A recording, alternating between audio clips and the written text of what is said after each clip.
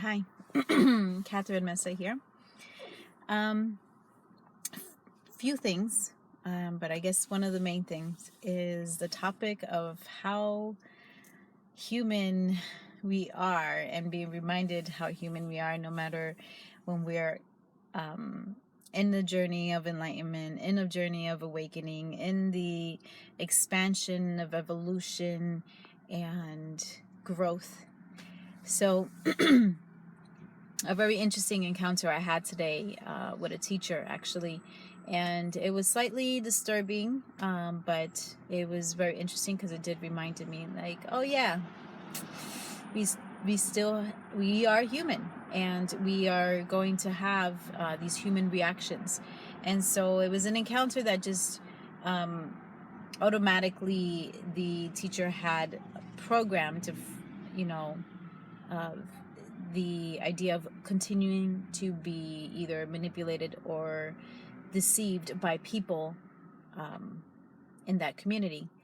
And so, of course, he was expressing his honesty, but automatically had his assumptions of the situation instead of asking or communicating or connecting with a student. And um, long story short, it involved, I've signed up for a franchise at another state, and which I'm out here in the East Coast. I'm in New Jersey right now. Me attending in the New Jersey office, like location, he noticed that I'm coming here a lot more, and like, hold on, do you live out here? Did you sign up at the other location? Because it was a lot more less. A lot of people do that out here.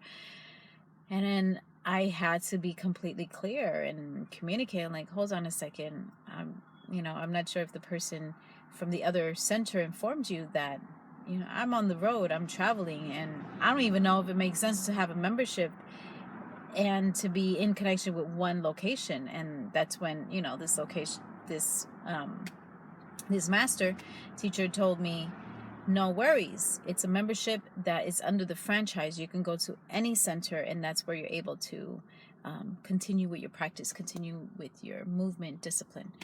So, because the teacher at the location here in New Jersey was slightly triggered and automatically assumed that I was deceiving and manipulating the situation, I had to break down everything down. And at first I was disturbed, and I'm like, whoa, hold on a second. Why isn't this teacher coming from this place of asking?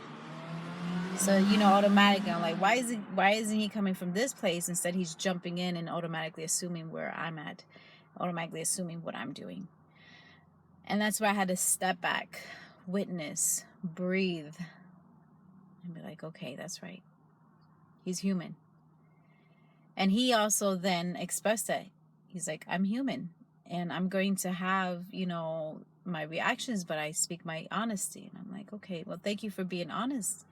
And I'm going to be honest with you too. I feel slightly uncomfortable. I feel slightly disturbed right now. And,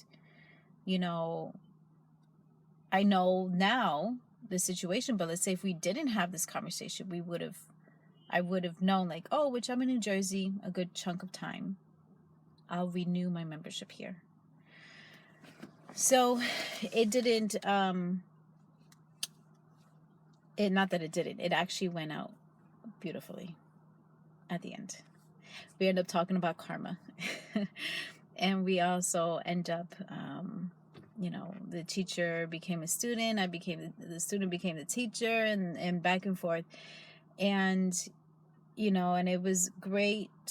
It was wonderful to witness that end, and to be in service as well for the situation, and also discuss with another being the circle, the come around of karma in the Korean perspective. So it was definitely an amazing lesson, interesting lesson. And it allowed me to sit with it, even though I'm still sitting with it. I'm still settling, kind of like letting go the debris of the programmed way of how to respond, and embracing the love and the truth that we became aware of what was there, and acknowledge that we are human and we're going to have our reactions, but at least we're aware after we have those. So just a reminder, we are human, and we're going to have ego coming away. We're going to have anger coming away. We're going to have envy coming away, and a lot of different human reactions that, it's something that it's there for us to look at and to work on and to balance out. And if it exists a lot, then we look at it and balance it out and become aware of it. And how can we shift it? And how can we create clarity? How can we create a vibration of love? And I know for me, when this teacher automatically had an assumption of me carrying assumption that I was approaching this way, I had to remind him, like, whoa, hold on a second. I sense energy as well, and I'm also a practitioner and speaker and teacher in this realm. And besides those titles, I'm growing in this world. I'm growing in this spiritual and this physical body to expand and evolve. So for me, do unto others what you've done to you, but also mainly what you want done to you, but also mainly because I want to be vibrating an energy of love, an energy of peace, of compassion, of humbleness, of honesty. I want to be vibrating such energy where it's authentic and true, and not like deceiving energy, not creating any imbalance, not trying to build any karma. But it's a journey. And it's also a journey of letting go when things do trigger you, and shifting that out of your energy body, out of your physical body, your mental body, and moving forward.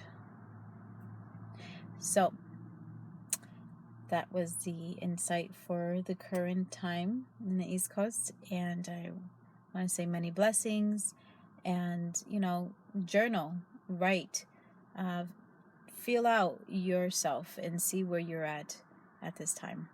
And knowing that we're on this journey as human beings, and we are embracing our spiritual body, our energy body for this journey.